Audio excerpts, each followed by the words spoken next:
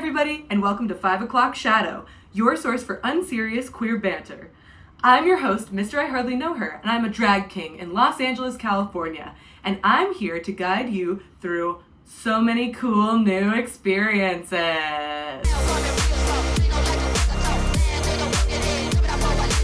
But first, I have to go on a rant.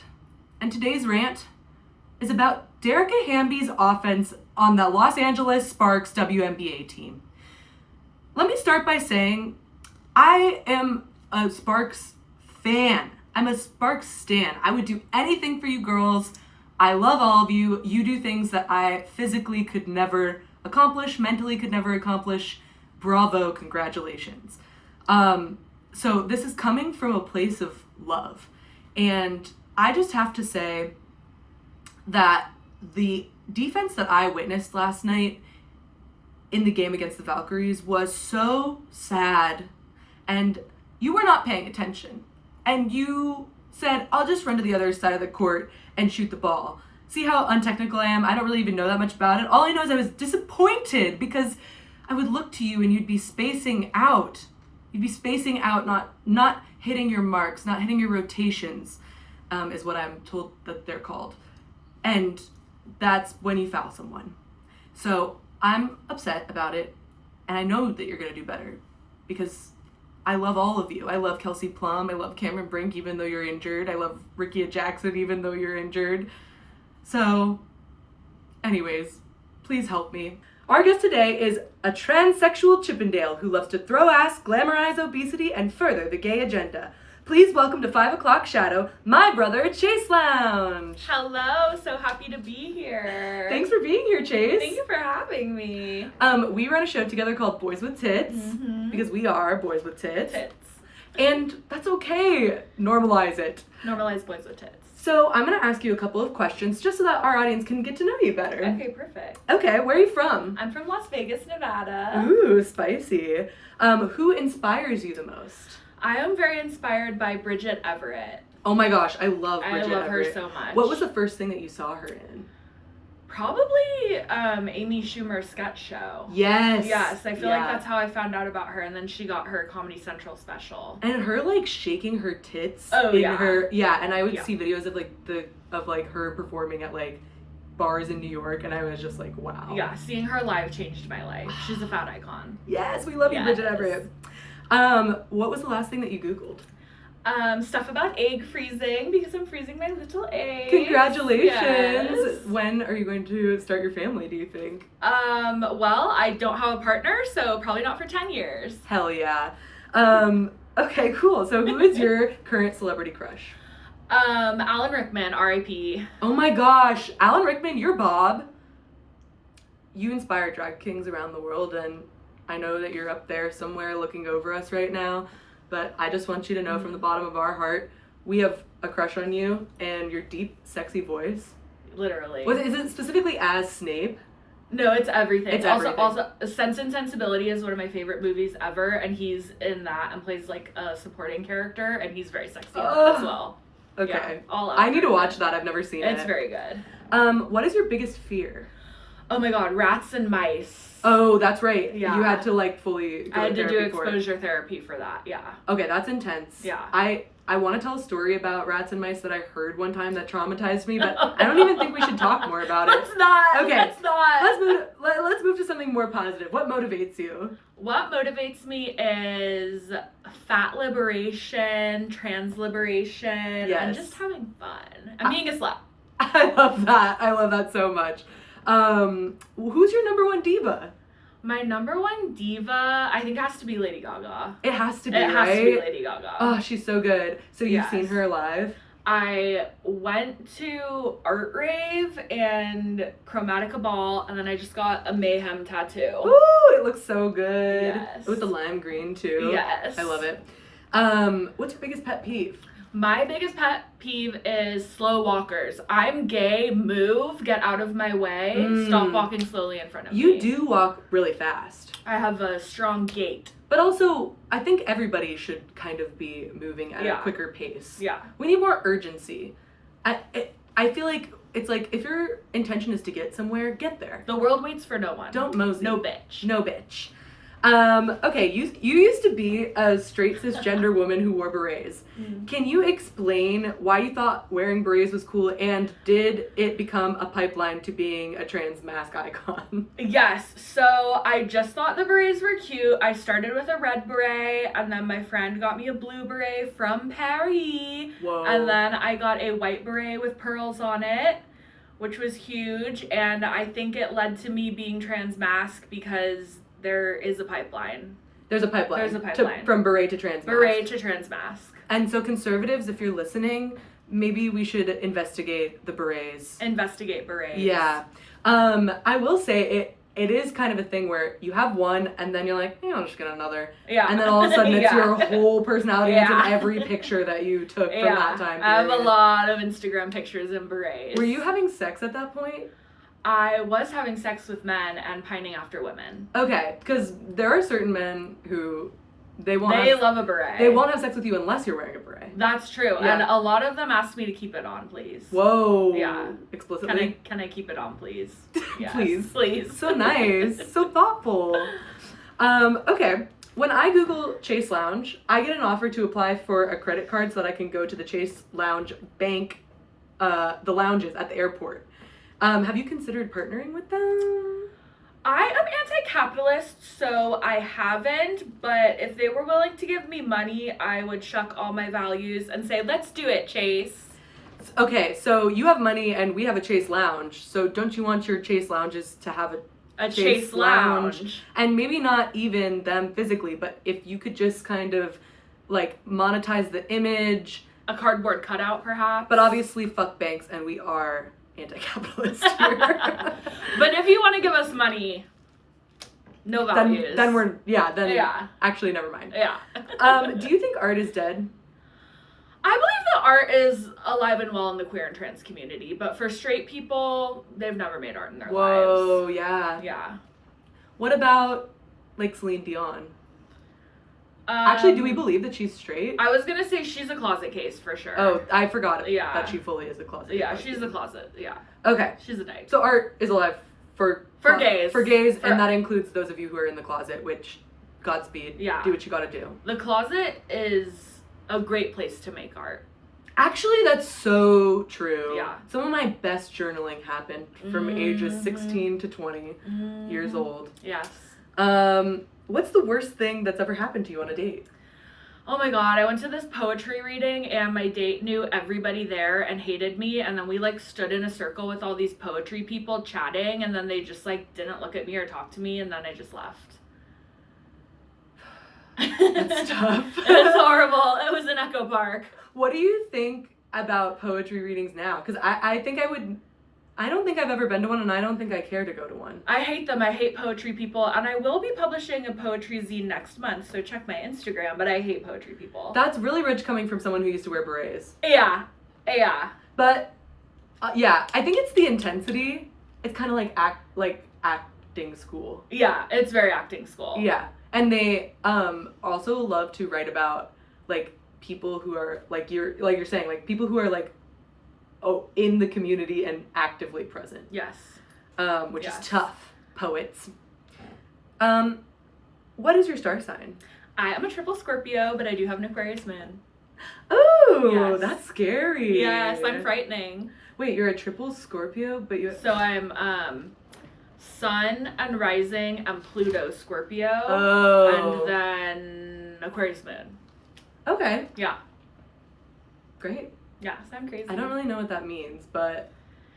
Aquarius moon is like, I like to just kind of like say whatever and like see what happens and kind of like shake my booty. And then Scorpio is Scorpio's hot. Yeah, I'm mysterious and like, I'll write a poetry zine about you. I am actually scared of most Aquariuses. I'm a Cancer, and they scare me. Yeah. I love you. I like many of you. I'm like, oh, that's my new friend. I would never date an Aquarius. Okay. Yeah. I've tried. I have to. Maybe you'll love it.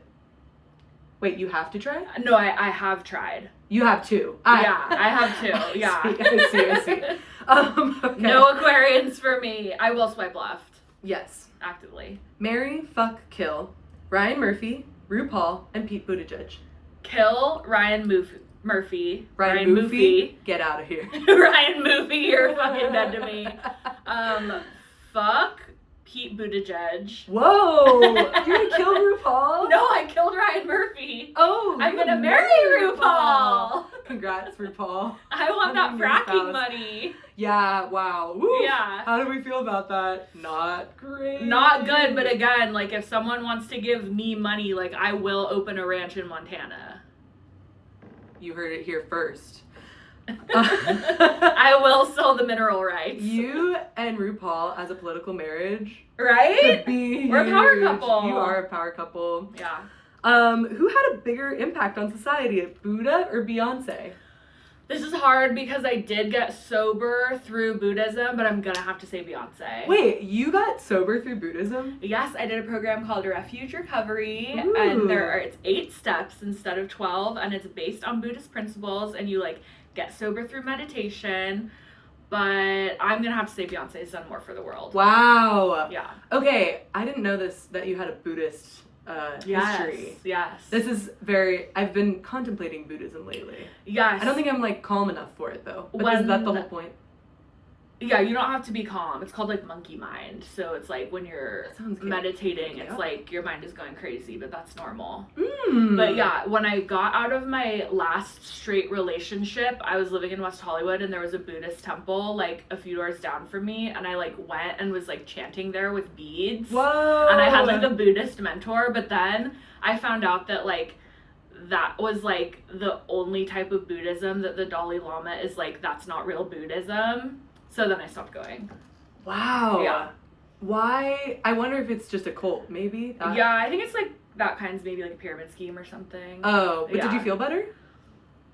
Not really. Okay, yeah. So maybe it is. Yeah, fake. yeah. I saw these girls bike riding with yellow dresses on the other day downtown, and then someone like next to me on the street whispered like, "Those are Scientologists." Whoa. But they looked so like Stepford Wivesy. Maybe Scientology can make you happy. Maybe. Who knew? I don't want to advocate. I don't want to advocate either. I might even edit this out because I'm scared of them. We're antis. We're antis. We are anti everything. What is it? Suppressing people or whatever? We're anti organized religion. No organized religion. Anti-capitalism, which ultimately Scientology is capitalism, because guess what? They're registered as a non-profit church in California. Whoa. So that they can just take all the fucking money. That's crazy. From Mission Impossible, I guess. LOL. What do you love about masculinity? What I love about masculinity is that it feels so freeing and it feels so authentic and it's very safe. Yeah. Do you feel like that can be true for everybody? I feel like that can be really true for everybody. I think if you don't explore your masculinity, you're really missing out, because it's like such a fun world to explore. There's glitter. You wouldn't think there would be glitter, but there's so much glitter in masculinity. There really is. Like our last guest Kiki and I were just kind of talking about how like things that we perceive as being like feminine or masculine aren't necessarily like we can take those things and use them how we want to, and that's kind of like the freeing thing about like gender and gender expression, right? Like like I feel like as I out of drag as a trans masculine person get more masculine, in drag my wigs just get bigger and bigger and I wear more makeup. I love that so much. Oh my gosh, that makes so much sense. Like I feel like when I started drag, I was really thinking about like David Bowie and like, Prince, and these are like, I feel very masculine men who, well, David Bowie, I'm like, you're not binary. Yeah, for sure. For sure. But I feel like I definitely viewed them as like portraying masculinity in the way that they were performing. But then when I like broke it down of like how to costume myself, like kind of in the vein as them, I thought it looked very feminine, so it was like hard to balance those two. But it is really interesting like how people perceive you and then how you feel on the inside and how we as queer people perceive each other, because we'll see things and be like, that is the most like masculine shit ever, but then like my mom will be like, what a lovely you're a lady.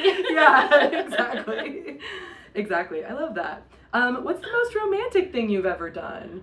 Oh, back on poetry, my ex, I wrote her a book of what do you call it? Oh, erotica about us. And then Hot. I like printed it and bound it by hand and gave it to her for Valentine's Day. Whoa, that's so lesbian. Yeah, it was very lesbian. And so hot. Did you like recreate any of the scenarios? Yeah, there were some that were like fantasies we had talked about, and then I Mhm. kind of like wrote them out in little vignettes, and then Cute. yeah. But she hates me now. Sorry. Sorry, Gabby. Shout out. Shout out to Gabby and the poets. Was she the poet? No, she's a painter. God. I know. I dated a painter too in college. Painters are hot. I will give her that. They are hot. I'm like, that's my type for sure. Yeah, I agree. What is a situation that you created that keeps you up at night because of something that you did or said?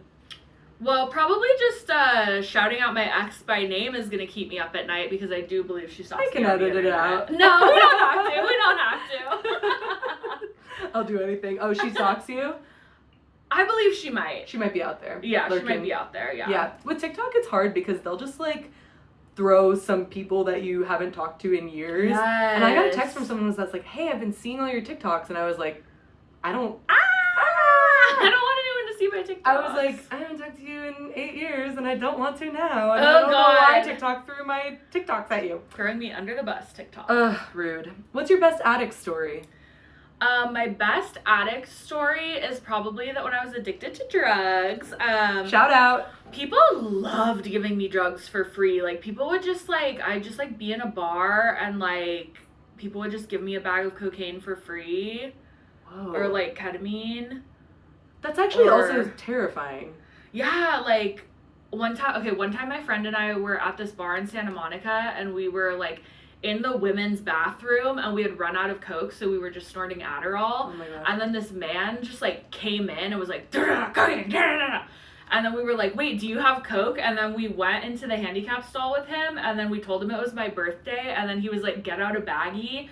And then he just like spooned in with a key like half of his Coke into my empty Coke baggie. Oh my God. And that's how we got free Coke on my birthday. Wow. Yeah. That's crazy. was I fun. have not even really ever been successful at even getting free drinks. Yeah. Yeah, ever. Like with any iteration, straight, gay, anyone. Gay, I don't think anyone has ever bought me a drink, I'll have to be completely honest. But straight, I was like finding the dudes with black cards. That's a good way Yeah. to do it. And if they're a little tipsy, maybe that. Yeah. I was not around people. I just didn't. I didn't make it a goal. I think if I had made it a Yeah. priority, I could have. Yeah. I could've- You have to be like a huntress. Yeah, I one time met this British guy who was like, "I'll fly you to Palo Alto to hang out with me." Okay. Because he like worked for Google or something. But I was like, Oh. I'm too afraid to get on a plane and be with this man because I don't know him and I don't want to be stuck in Palo Alto because I don't have any money. Yeah, he might kill you. Yeah, I Yeah. didn't. I ultimately did not go on a date with him. That's okay. But anyways, being straight. LOL, what a time, what a time. What is a trend that you regret following? Berets. Really, you Yeah. regret it? I wish I could take some of it back. Mm. I think it was overkill at a certain point. Yeah. Yeah. Some like you would own 1 but not 3. I would own 2, but not 5, maybe. Okay. Oh, you had 5. I had more than I mentioned. Okay. Yeah. Okay. I had more than I Okay. previously mentioned. Which Real Housewife has done the most for trans people? Sonia Morgan. I mean, she's everything. Oh, love it. We love her. Love you, Sonia. What has she tangibly done? I can't tell you. She's spoken at like a pride event maybe, but just by being an alcoholic and falling onto the floor, she does more for me than Harvey Milk. Wow. Yeah. I love that. I just heard actually that Harvey Milk was like kind of like an Ed Buck character and that actually everyone hates Harvey Milk. Did you know that? I could totally see that, and that's not just based off of Sean Penn's performance of him. Yeah, it's based on like he apparently was kind of shady. just like sucked. Yeah. I could totally see that. I mean, ultimately he is a politician, and I feel Yeah. like you can't really be in that situation where you're having like all these people work for you and like Yeah. campaign for you and not be. I mean, I hope that there are some good people out there. Yeah. Really, it's just like if we didn't pay politicians, then they'd be fine. Yeah. He seems very ambitious. Yeah. In the same way, I feel like whoever the first female president of the United States is gonna be. Yeah, she'll probably be bad. She probably will. It'll be a Margaret Thatcher situation. Yeah, probably. Ugh. Iconic hair though. Thank you for your hair contributions, Margaret Thatcher. We love you. Wait, how do you do the Gen Z heart? Is it this? No, it's like. Oh. This? Maybe that. I don't know. I'm a millennial. Oh! I know, it's your skin. People don't realize because you have such beautiful skin that you're a millennial. My beautiful white skin. Oh, wait. I didn't mean that as like a white person. I meant like cloud white, like the makeup. Do not edit that in the wrong way. My beautiful white skin. My beautiful white skin.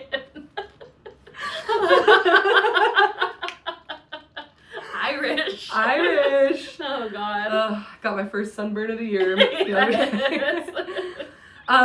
Okay, so now we're going to do a segment called Body Positive or Not. Okay. So I'm gonna name celebrities, and you're gonna be the official authority on whether or not they're body positive. Okay. Okay. Lizzo. No. Jesus. Jesus. Oh, I thought you were saying yes. Jesus is body positive? Yeah, he loves it. Okay, he loves it. Body? The body of Christ. The body of Christ, yes. even. Okay, Demi Lovato. No. Yogurt shop. Whoa, oh, true. Jack Black. Yes. J-Lo. No. Jonah Hill? Yes. Whoa, really? Wait, no, he had a weight loss journey. And also he criticized his ex-partner's he was like, your body belongs to me. He was weird with a woman. I forget the whole story. I forgot about that. He is not body posy. Heather Gay. No. Sorry, Heather Gay. Chris Pratt. No. Channing Tatum. Actually, yes, I would say. I feel like he likes the fatties. I think he might also. Yeah. I feel like he is really about just like connecting with cool people. Yeah, he's about dance. Yeah, and I can't blame him for that. me too, Channing Tatum. Tina Fey. No. James Corden. No. Kid Rock.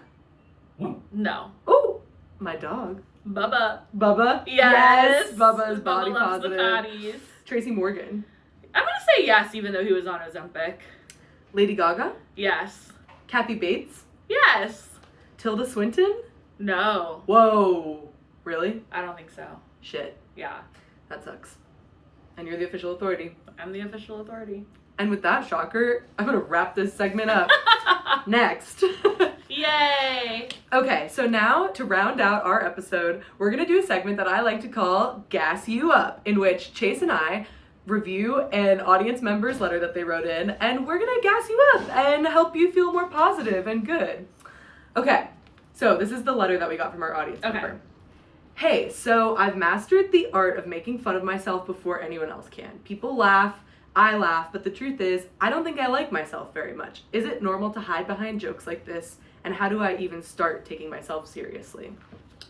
Well, I'm in school training to be a therapist, so I think I am uniquely, what's the word? Qualified. Grad school. I am in grad school to become a therapist, so I'm uniquely qualified to answer this. And I would say start with self-compassion, baddie. Yeah, that's good. I also feel like someone is slamming gates out there. Slamming the gate. I also feel like you, as a former independent comedy theater member. Yeah. You know what it's like to make jokes at your own expense. Yes.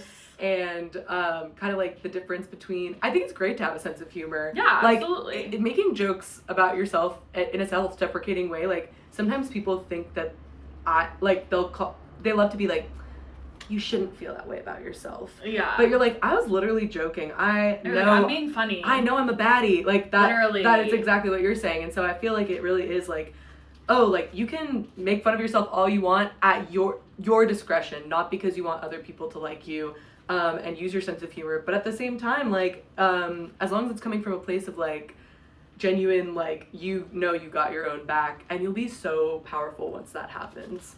Yeah, I think there's a difference between being sarcastic and sardonic. And I think if you're being like sarcastic, then like that can read a little insecure, but sardonic is like intellectual. I'm making fun of myself. So just do that instead. Yes, very, very well said.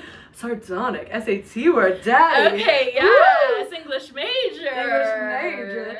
All right, well, with that being said, that's all we've got for today. Chase, do you have anything that you want to tell the people?